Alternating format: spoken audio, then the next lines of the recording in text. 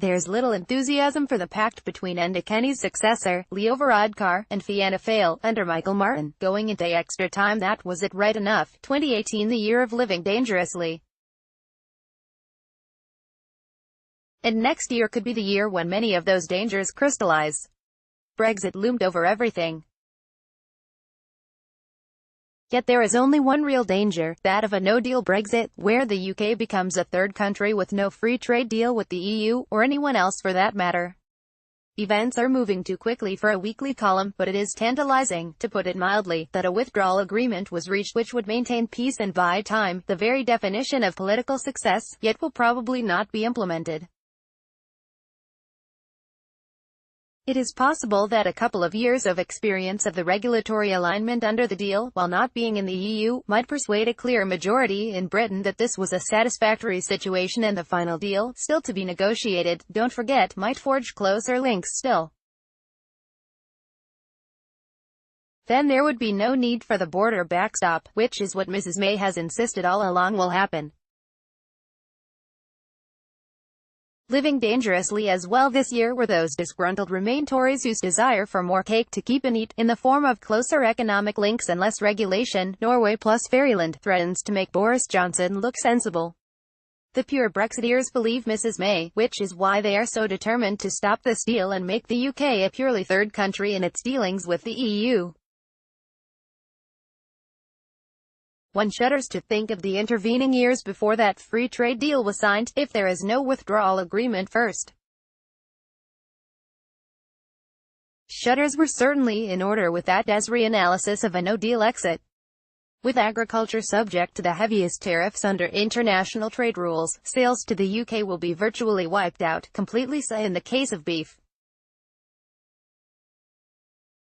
The same is true of imports from Britain to Ireland, worth €4 billion and an essential part of everyday life here. Everyone is now relying on the British government delaying exit in order to have a second referendum. The troubling question is whether Ireland's stance was more dangerous than it needed to be, making a deal more difficult and increasing the possibility of a catastrophic outcome. Historians will debate whether Ireland's government could have found a less risky path, given the exceptional damage to Ireland of failure to reach a deal. In the short run, though, there will be little debate, just recrimination across the newly erected land and sea borders. There is less uncertainty about another government decision to take risks by adopting the minimalist approach to strengthening the public finances. After everything that has happened, there is surprise approaching despair among nearly all economic analysts at the politicians' unshakable belief that the fiscal policies of the past 20 years are still the only politically feasible. If there is a lurking belief that a grateful EU will cover the deficits which Brexit or general recession would almost certainly trigger, that too is a dangerous approach. Nor would it do any more than postpone the need for stronger action on public debt reduction. A recession, even of the ordinary decent kind, would soon expose the wobbly nature of Ireland's long-delayed budget balance.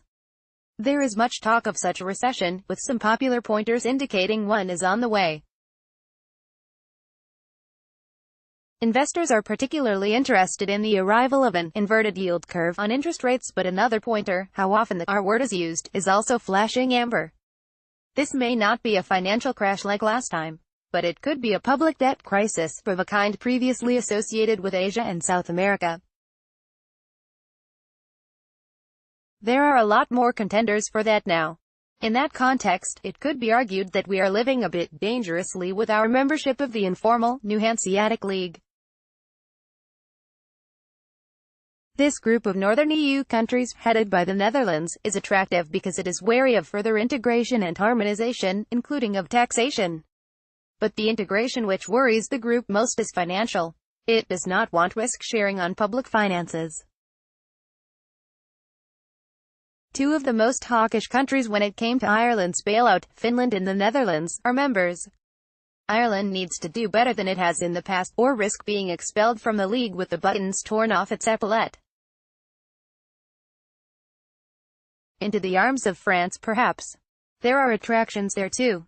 The demands of the Yellow Vests can always be heard across Irish politics. much more comforting than the once fancied Danish model, until it was realized her demands include compulsory training or benefit cuts for the unemployed, and equal pay for public and private workers. More importantly, the French plans for burden sharing are of most benefit to countries at risk from outside forces, even when they keep their domestic affairs in order. Ireland is the extreme example of such a country, but there would be a price to pay for the solidarity in terms of harmonization, especially corporation tax. In that area, there is no choice but to live dangerously. Ireland must try to eliminate the most egregious tax avoidance from its system, while remaining attractive to foreign companies despite its disadvantage of geography, small size, high prices, and shortage of both houses and specific skills. So far, it is doing a good job.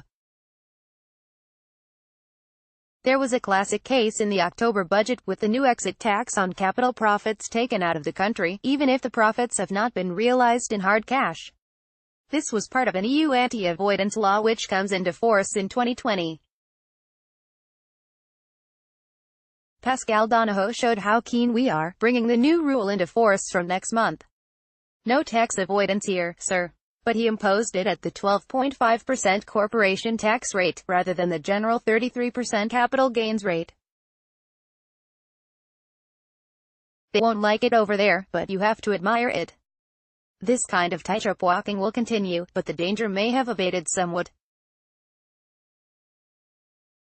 Commissioner Phil Hogan noted recently that, given the threat of a trade war between the EU and President Trump's USA, this might not be the best time to come down hard on U.S. multinationals. As the old proverb has it, he who lands you in the mire is not always your enemy. The world itself is looking particularly dangerous at present, and a full-scale transatlantic trade war would produce lots of mire.